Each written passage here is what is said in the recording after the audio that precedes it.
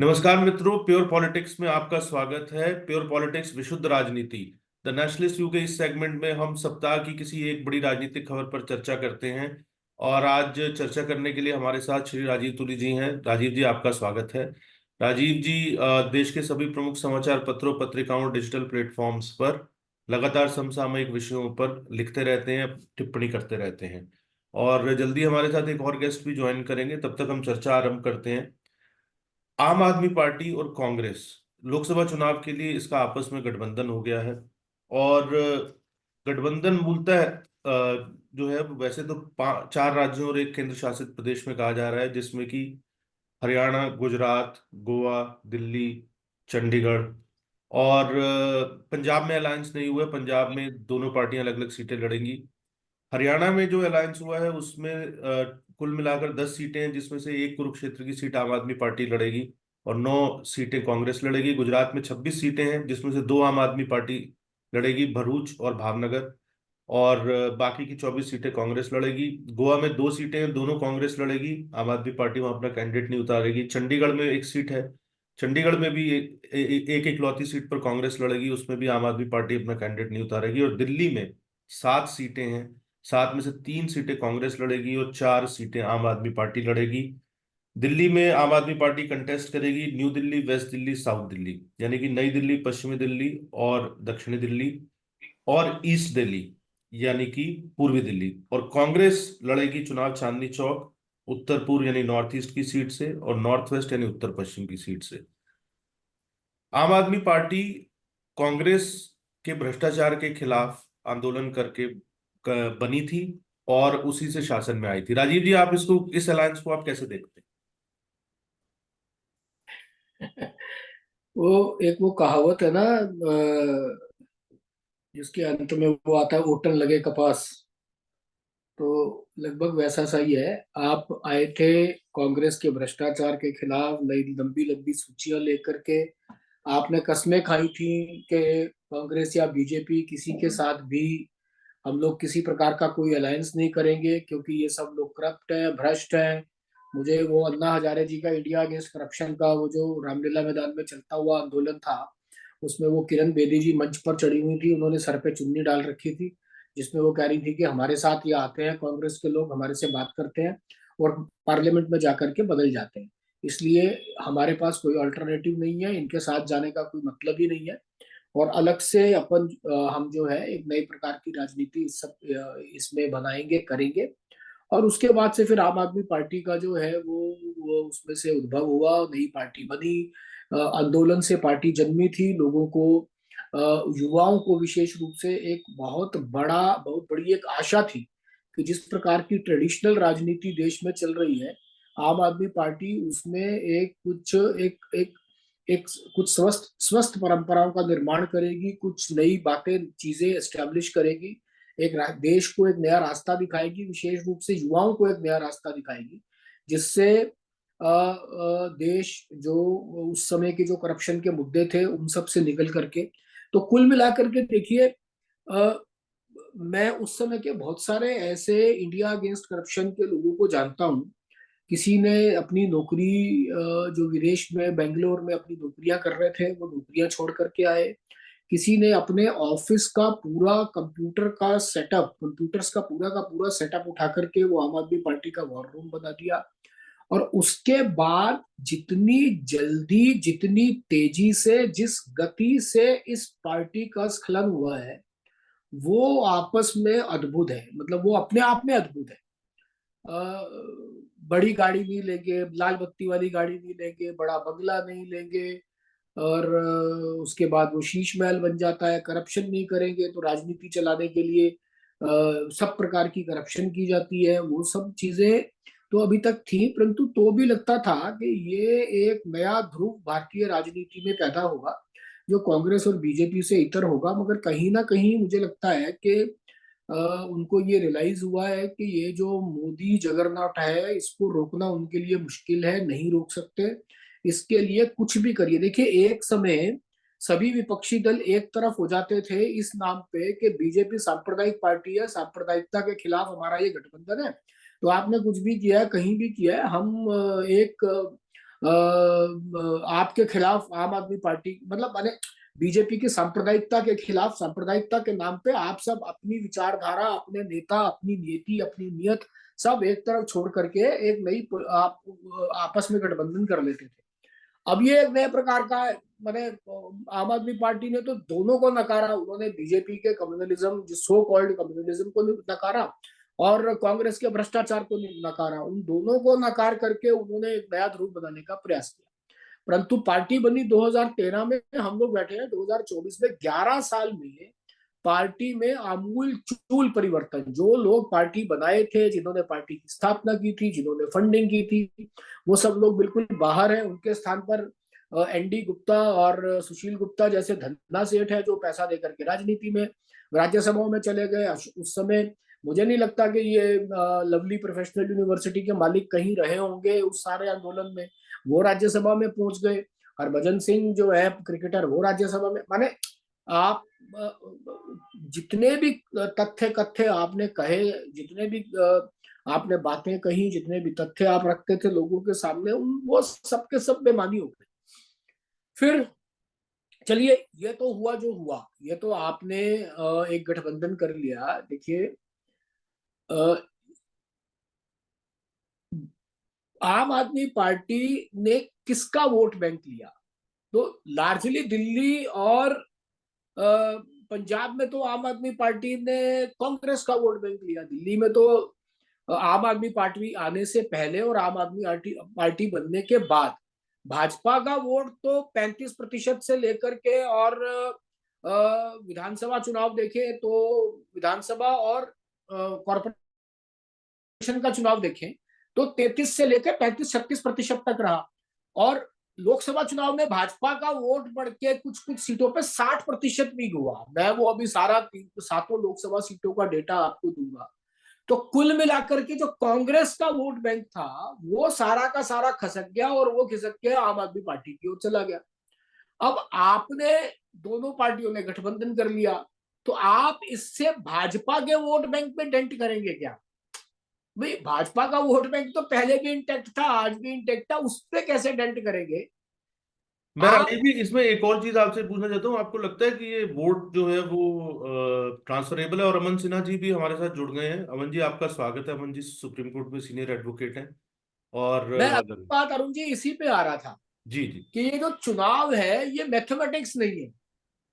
Mathematics होता तो उत्तर प्रदेश में दो लड़के पहले भी रथ पे चढ़े थे, साइकिल पे चढ़े थे, तो कुछ हुआ क्या? तो ये मैथमेटिक्स नहीं है, ये केमिस्ट्री है। अब आप मुझे बताइए, अभी दिल्ली में कॉर्पोरेशन का इलेक्शन हुआ, आम आदमी पार्टी और कांग्रेस एक दूसरे के खिलाफ लड़ रहे थे, और फिर ये वोट ट्रांसफर करने की ताकत उस पार्टी में रहती है जो कैडर बेस्ड पार्टी रहती है। देखिए, बसपा का वोट ट्रांसफर होता है, एक समय तक लेफ्ट का वोट ट्रांसफर होता था, परंतु परंतु पश्चिम बंगाल में जो हुआ उसमें लेफ्ट का सारा वोट ही चला गया, नहीं, अब तो समाप्त हो कैडर गया। ही नहीं बचा लेफ्ट का। कैडर ही नहीं बचा लेफ्ट का। भाजपा का वोट ट्रांसफर होने की स्थिति होती थी एक समय तक, आज भी होती होगी। जहां भाजपा अपने गठबंधन के साथी बनाती है, वहां वो गठबंधन के साथी जीतते भी हैं। उनके जीतने के लिए भाजपा का कार्यकर्ता संघ का संघ के कार्यकर्ताओं का एक वर्ग जो है वो शायद लग करके अपना वोट ट्रांसफर करता है। परंतु जिन पार्टियों का कोई कैडर नहीं है, जो पार्टियां कैडर बेस्ड नहीं है, वो पार्टियां अपना वोट कैसे ट्रांसफर करेंगी, ये समझ से बाहर है। केमिस्ट्री वर्क जमीन पे काम करेगी या नहीं करेगी, इस पे डिपेंड करेगा। परंतु 2+2 4 नहीं, राजनीति में 2 जो वोट ट्रांसफर करके 2+2 4 नहीं हो सकता। तो वोट ट्रांसफर कितना होगा, क्या होगा, तो एक foregone conclusion based on the past experience is कि वोट ट्रांसफर नहीं होता है। तो बहुत ज्यादा फर्क पड़ेगा या नहीं, मुझे नहीं मालूम। भाजपा 7 सीटों पर चुनाव लड़ेगी, ये दोनों 4 और 3 पर लड़ेंगे, तो कहीं कुछ अंतर आएगा, पता नहीं, मुझे नहीं लगता। तो अमन जी परंतु से, फिर भी देखते हैं। अमन जी आपका क्या विचार है कि ये जो आम आदमी पार्टी कांग्रेस का अलायंस हुआ है, तो इसका क्योंकि मेन जो लड़ाई है वो एक तरीके से दिल्ली में ही ये गठबंधन कुछ जिसको कहते हैं कि चुनौती दे सकता है। गुजरात में या गोवा में तो कोई मुझे नहीं लगता कि the difference is too wide. पर दिल्ली में चूंकि आम आदमी पार्टी सत्ता में है और विधानसभा के बाद उसने एमसीडी चुनाव भी जीता है, तो कांग्रेस के साथ आपको क्या लगता है कि ये जो अलायंस होगा इसका दिल्ली की राजनीति में क्या असर होगा और इसका लॉन्ग टर्म इम्पैक्ट क्या है? क्योंकि मुझे लगता है जो केजरीवाल है उनका आखिरी मुद्दा, जो एक तरीके से कांग्रेस के कांग्रेस जो एक तरीके से बाकायदा ऑलमोस्ट लाइक भ्रष्टाचार का सिंबल बन चुकी है, उसके साथ अलायंस होना, और आम आदमी पार्टी के अंदर इसकी क्या प्रतिक्रिया होगी? आपको लगता है कि काडर कुछ रिबेल करेगा इसको लेके? अरुण जी, सबसे पहले तो जैसा आपने कहा, ये एक अलायंस है भी या नहीं है, ये तो बहुत बड़ा प्रश्न चिन्ह है। जहां पे दोनों पार्टियों की क्षमता एक तरीके से ज्यादा है, जो पंजाब प्रदेश, वहां पे तो कोई इनका अलायंस ही नहीं हुआ। तो एट बेस्ट ये एक टैक्टिकल सीट अरेंजमेंट हो सकता है। पर इससे स्पष्ट ये जरूर होता है अरुण जी, कि एक पार्टी जिसको दिल्ली विधानसभा में 3/4 से करीब 80-85% सीटें हैं जिसके पास, वो भारतीय जनता पार्टी को फेस करने की परिस्थिति में नहीं है। इतनी वो एक तरीके से स्पष्ट है। तभी उन्होंने ये अलायंस कांग्रेस के साथ कर लिया। जैसा आपने कहा, कांग्रेस वो पार्टी है जिसके खिलाफ, जिसके भ्रष्टाचार के खिलाफ आंदोलन करके आम आदमी पार्टी, उसका जेनेसिस वो था, वहां से उसका जन्म हुआ। और अब वो जाके कांग्रेस की गोद में बैठ गए हैं या कांग्रेस उनकी गोद में बैठ गए, ये तो वही लोग बताएंगे। कहीं पे गोद में बैठे हैं, कहीं पे आपस में ही लड़ झगड़ रहे हैं, कहीं पे एक दूसरे के बाल खींच रहे हैं। और ज्यादा डिस्क्रिप्शन में जाना उचित नहीं होगा। और जो वहां पे नीचे, जैसा आप बता रहे हैं कि उनके कैडर में क्या परिस्थिति होगी, ये तो हम लोग भली भांति समझ सकते हैं। पर स्पष्ट ये है अरुण जी, कि भारतीय जनता पार्टी प्रधानमंत्री नरेंद्र मोदी जी के नेतृत्व में दिल्ली की 7 सीटें जीती हुई है, जीत रही थी, और आगे भी बहुत ही कंफर्टेबली रिसाउंडिंग मेजोरिटी के साथ जीतेगी। ये मेरा पूरे कन्विक्शन के साथ मानना है। और ये इसलिए भी मानना है, अगर आप देखें 2014 से भारतीय जनता पार्टी का वोट प्रतिशत जो है दिल्ली में बढ़ते ही जा रहा है। 46% था शायद 14 में, उसके बाद 2019 में वो बढ़ के 56% हो गया ओवरऑल वोट परसेंटेज 7 सीटों पे। और अगर यही कांग्रेस आम आदमी पार्टी को कई लोग मिला भी दें, जैसा हमारे मित्र राजीव जी कह रहे थे कि ये दिस इज नॉट मैथमेटिक्स और अर्थमेटिक, ये केमिस्ट्री है। और ये इस वजह से है, लोग इतनी बेसिक बात नहीं समझते। सबसे पहले तो एक तो जो वोट ट्रांसफर होगा नहीं होगा, यही सबसे बड़ा प्रश्न चिन्ह है। दूसरी ये बात, ये जो वोट परसेंट मिला है कुल मिला के, अगर आप कांग्रेस आम आदमी पार्टी को मिला भी दें, तो 2019 के लोकसभा चुनाव में करीब 40% के आसपास वोट शेयर मिला है। और ये 40% वोट शेयर 14 कैंडिडेट्स को मिला है। 7 कैंडिडेट्स का ये पोल्ड वोट नहीं है, 14 कैंडिडेट्स का पोल्ड वोट है। अब तो इनके 7 कैंडिडेट खड़े होंगे, तो ये अपने आप ही कम होगा। दूसरी ये बात है, जब केजरीवाल पिछला विधानसभा चुनाव भी लड़ रहे थे, तो वो कहते थे ऊपर ऊपर बड़े चुनाव के लिए मोदी जी हैं, और छोटे चुनाव के लिए दिल्ली में आप केजरीवाल को चुनिए, ऐसा कहते थे उनके पार्टी के लोग। तो उन्हें भी पता था कि एक बहुत बड़ा ऐसा भी सेक्शन था जो कि नरेंद्र मोदी जी को ही वोट करता है और उन्हीं को समर्थन करता है। पर विधानसभा में उनके वोट लेने के लिए वो ऐसा कहते थे। पर अब तो वो वोट भी नहीं रहेगा, वो वोट भी अब खिसक जाएगा, क्योंकि अब कांग्रेस के साथ जो इनका अलायंस हुआ है, तो वो वाला वोट भी खिसक जाएगा। तो मुझे तो लगता है कि मेरा अपना ये मानना है अरुण जी, कि पिछली बार जितने वोट्स पोल्ड हुए थे, 50 लाख के आसपास भारतीय जनता पार्टी को वोट्स पोल्ड हुए थे, अगर मैं सही, I will have to check the figures. पर जितने भी वोट्स पोल्ड हुए थे, उसका कम से कम 10% ज्यादा वोट, कम से कम, वो तो भारतीय जनता पार्टी के पक्ष में पड़ेगा ही पड़ेगा। और ये जितना भी इनका कंबाइंड वोट शेयर दिख रहा है, उसमें से 10% वोट जरूर कम होगा, इनका जो भी कंबाइंड वोट शेयर दिख रहा था। तो मुझे लगता है कि बहुत ही resounding comfortable majority Bharatiya Janata party को दिल्ली में आएगी। और जो बाकी प्रदेश हैं, वहां पे तो एक तरह से उनका अस्तित्व ही नहीं है, तो उस पर कुछ चर्चा करना, उसका ज्यादा मायने नहीं होंगे। और पंजाब में जहां पे दोनों पार्टियां अब एक अस्तित्व में हैं, आम आदमी पार्टी की सरकार है, इसके पहले वहां कांग्रेस की सरकार थी। आपस में वहां एक दूसरे से भिड़े हुए हैं। तो अब आज की परिस्थिति में और जो हमारी जागरूक जनता है, ये समझना कि हम सुबह को चंडीगढ़ में, हम सुबह को तो हम पटियाला में हम कांग्रेस को गाली दे के आएंगे, बोलेंगे इतने भ्रष्टाचारी मंत्रियों को हमने अंदर किया, भ्रष्टाचार की लिस्ट में नंबर 1 राहुल गांधी का नाम था। और आप शाम को आते आते दिल्ली में उसके बाद बोलेंगे कि साहब आप कांग्रेस को वोट करिए। तो मुझे तो नहीं लगता कि ये जो हिपोक्रेसी है, जो इसको आप दोगलापन कहिए या जो भी इसके लिए बेहतर शब्द हो, वो चलेगा। और मुझे लगता है इन एनी केस आम आदमी पार्टी और कांग्रेस पार्टी अपनी क्रेडिबिलिटी पूरी तरह से खो चुके हैं। आम आदमी पार्टी, जैसा मैंने कहा अरुण जी, वो पार्टी है जो कांग्रेस के भ्रष्टाचार के खिलाफ आंदोलन करने में वो पैदा हुई, और उसके बाद पैदा होने के बाद सरकार में आ गई, उसके बाद सरकार में आने के बाद जाके अब कांग्रेस की गोद में बैठ गई। तो लोग इसको मैं कितना राजीव जी, एक्सेप्ट करेंगे? मैं I just want to bring in Rajiv ji. Rajiv ji, एक और इंटरेस्टिंग चीज है जिसपे जो मेरा एक आखिरी प्रश्न भी है, और मैं आपका क्लोजिंग कमेंट लूंगा और फिर अमन जी का भी, कि दिल्ली में एक बड़ा सिग्निफिकेंट डेवलपमेंट ये हुआ है कि कांग्रेस 3 सीटें लड़ रही है, आम आदमी पार्टी 4 सीटें लड़ रही है, यानी कांग्रेस एक जूनियर पार्टनर हो गई। ये वो पार्टी है जिसने कि 15 साल दिल्ली में शासन किया, 1998 से लेकर और 2013 तक जो है। और तो ये आप इसको किस तरीके से, इस फिनोमिना को देखते हैं? इसके लार्जर मैं इम्प्लीकेशन क्या है? मैं केवल दो बातें कहना चाह रहा था। एक बात, अमन जी ने कहा कि आम आदमी पार्टी बीजेपी से लड़ने की हिम्मत नहीं है उनके पास। I beg to differ.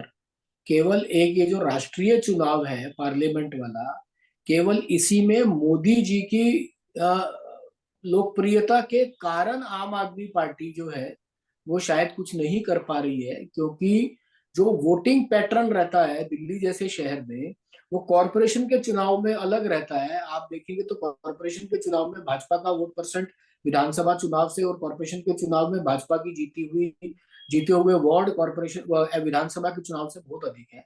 विधानसभा चुनाव में अलग रहता है और लोकसभा चुनाव में अलग रहता है। दिल्ली का जो मतदाता है वो बहुत मेच्योरिटी से वोट करता है। इस कारण से दो चुनाव तो आम आदमी पार्टी जीत ही गई, कॉरपोरेशन भी जीत गई और विधानसभा भी जीत गई। लोकसभा नहीं जीत पाएगी ऐसा मुझे विश्वास है, क्योंकि मोदी जी की लोकप्रियता, और दिल्ली का वोटर ये चाहता है कि जब वो राष्ट्रीय चुनाव हो तो उसका वोट जो है वो रूलिंग पार्टी के साथ रहे। ये पिछले सभी सालों का इतना सारा जो है वो रहा है। पहली बात। दूसरी बात में यही मेरे को मतलब दया आती है कांग्रेस के नीति निर्धारकों पर। मतलब जो कांग्रेस की जो गाइडिंग लाइट्स है, गाइडिंग फोर्सेस है या गाइडिंग लीडरशिप है। देखिए, आम आदमी पार्टी ने अपनी टर्म्स पे कांग्रेस जैसी राष्ट्रीय दल को झुका करके ये गठबंधन किया है। पंजाब में जहां उनको लगता है हम सारी सीट जीत सकते हैं, सारी सीटों पे हमें लड़ना चाहिए, वहां कांग्रेस से गठबंधन नहीं कर रहे। हरियाणा में जहां बिल्कुल वजूद नहीं है वहां पर भी एक सीट एक्सट्रैक्ट कर ली है उनसे। और गुजरात में जहां पर केवल 5 विधानसभा सीटें जीती है, वोट परसेंटेज जो है सो है, वहां पर भी वो 2 सीटें अपने लिए ले पाए, और वो भी अहमद पटेल की सीट। वो भी अहमद पटेल की सीट ले गए हैं। तो ये कांग्रेस की बहुत ही दयनीय स्थिति है। दूसरा, अमन जी दिल्ली का वोटिंग परसेंटेज बता रहे थे, अगर आप मतलब मैं केवल 30 सेकंड में, वही मेरा क्लोजिंग कमेंट भी है। 2019 के चुनाव का voting percentage Chandni Chowk BJP 52, Congress 30, आम Aadmi party 14। North east Delhi Manoj Tiwari वाला क्षेत्र बीजेपी 54, आईएनसी 29, आम Aadmi party 13%। East Delhi BJP 55%, INC 24%, आम आदमी पार्टी 17%। नई Delhi BJP 54%, Congress 27%, Aam Aadmi party 17%। North West Delhi BJP 60%, Aam Aadmi party 21%, INC 17%। West Delhi BJP 60%, INC 20%, Aam Aadmi party 18%। South Delhi BJP 57%, INC 26 और आम आदमी पार्टी 16। मने केंद्रीय चुनाव में, बड़े चुनाव में, लोकसभा के चुनाव में कांग्रेस का वोट परसेंट 7 सीटों पर आम आदमी पार्टी से ज्यादा होने के बावजूद भी आम आदमी पार्टी 4 सीटें ले गई, कांग्रेस के लिए 3 सीटें छोड़ दी। तो कांग्रेस की स्थिति देखिए आप क्या है, एकदम दयनीय स्थिति में कांग्रेस को, इस कांग्रेस के प्रेजेंट जो नेतृत्व है, देख करके लगता ही नहीं है कि ये 150 साल पुरानी पार्टी है जो चुनाव लड़ने की तैयारी कर रही है। डिफीटिस्ट मेंटालिटी से चुनाव लड़ रहे हैं, तो जब आप घर से ही तैयार होकर चलोगे आपको हारने जाना है, तो आप बाहर जाकर के जीत नहीं सकते। अमन जी, हर चीज की एक एक्सपायरी डेट होती है। तो आपको, जैसा राजीव जी ने कहा, तो I am just taking it forward, तो आपको लगता है कि कांग्रेस की एक्सपायरी डेट आ गई है इस अलायंस के कॉन्टेक्स्ट में? ये रिफ्लेक्शन है उस एक्सपायरी डेट के आने का? देखिए अरुण जी, ये तो स्पष्ट है कि एक्सपायरी डेट के आसपास ही चल रही है कांग्रेस पार्टी। और एक्सपायरी कब होती है ये तो जनता तय करेगी। पर जैसा हमारे मित्र राजीव जी कह रहे थे अभी, कि अगर आप पहले तो ये अर्थमेटिक नहीं है, पर अगर आप आम आदमी पार्टी और कांग्रेस का एवरेज वोट शेयर भी जोड़ दें, तब भी भारतीय जनता पार्टी को 16% की लीड है एवरेज वोट शेयर के ऊपर। पहली बात। दूसरी बात, अगर ये जो वोट शेयर है आम आदमी पार्टी और कांग्रेस का, पहले तो ये ट्रांसफरेबल नहीं है। और दूसरी ये बात है कि ट्रांसफरेबल नहीं है, ये 14 कैंडिडेट्स में पोल किया हुआ 40% वोट शेयर है, तो ये स्वाभाविक रूप से कम होगा। तो ये जो गैप है, ये 16% आपको दिख रहा है। और भारतीय जनता पार्टी जिस मोमेंटम से बढ़ रही है, जो गेन कर रही है, मिनिमम आप समझ सकते हैं कि 7-8% वोट शेयर गेन जो है वो इसके ऊपर अभी और हो सकता है। तो मुझे लगता है कि नेट नेट बहुत ही कंफर्टेबल लीड रहेगी, और 20% से भी ऊपर की लीड रहेगी। तो इसलिए 7 सीटें भारतीय जनता पार्टी दिल्ली में जीतेगी, इसमें मुझे कोई शक नहीं है। पर यह जरूर कहना होगा अरुण जी, मैं एक बार उसको ब्रीफली इनकैप्सुलेट करते हुए, क्योंकि आप कह रहे हैं कंक्लूडिंग आर्गुमेंट्स हैं, तो कंक्लूडिंग रिमार्क्स हैं, तो सबसे पहली बात, जिस पार्टी का जेनेसिस कांग्रेस के खिलाफ एक करप्शन के आंदोलन से हुआ, और कहती थी कि कांग्रेस करप्शन का एपिटोम है, जहां पे कि उन्होंने करप्शन की लिस्ट जारी की, जिसमें कि सबसे पहले कांग्रेस का जो भी सर्वोच्च नेतृत्व है, सोनिया गांधी, राहुल गांधी, इन सभी लोगों के नाम थे तमाम। अब पता नहीं उस लिस्ट का क्या हुआ। जो व्यक्ति जिसने कहा कि मैं ना तो सरकारी घर लूंगा, ना मकान लूंगा, ना अपने लिए कोई सुख सुविधा लूंगा, वो शीश महल बना के बैठा है, जहां पे कि करोड़ों करोड़ रुपए का खर्च आया खाली उनके मकान के रिफर्बिशिंग में। जो व्यक्ति कहता था कि मैं गाड़ी नहीं लूंगा, मैं लाल बत्ती का ये नहीं करूंगा, वो देखिए आप गाड़ियों की फ्लीट में घूम रहे हैं, कहाँ 5 स्टार 7 स्टार होटल्स में रह रहे हैं। जो व्यक्ति कहता था कि हम क्या, ये लोग नारा लगाते थे कि भ्रष्टाचार का एक ही काल केजरीवाल, और ये हाल हो गया है कि केजरीवाल से बड़ा जो है शराब घोटालेबाज कोई नहीं है। तो ये जो आडंबर है, जो हिपोक्रेसी है, और आप अरुण जी जो कह रहे थे जो एक्सपायरी डेट है, तो ये सब वही एक्सपायरी डेट आने के सारे लक्षण दिखते हैं।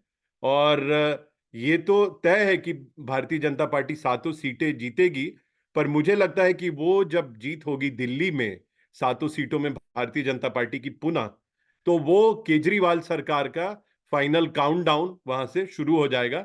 और दिल्ली में भी केजरीवाल का भी एक्सपायरी डेट हो जाएगा, उनकी भी सरकार की, और कांग्रेस की भी। तो आप दोनों का बहुत बहुत धन्यवाद। चर्चा को हम यही समाप्त करेंगे। और कुल मिलाकर ऐसा लग रहा है कि चर्चा से तो ऐसा लग रहा है कि बहुत ज्यादा असर आप और कांग्रेस अलायंस का जो है लोकसभा चुनाव में फिलहाल जहां जहां उन्होंने अनाउंस किया उसका नहीं होगा। और अगले हफ्ते हम मिलेंगे एक नए विषय के साथ और चर्चा करेंगे। तब तक के लिए नमस्कार।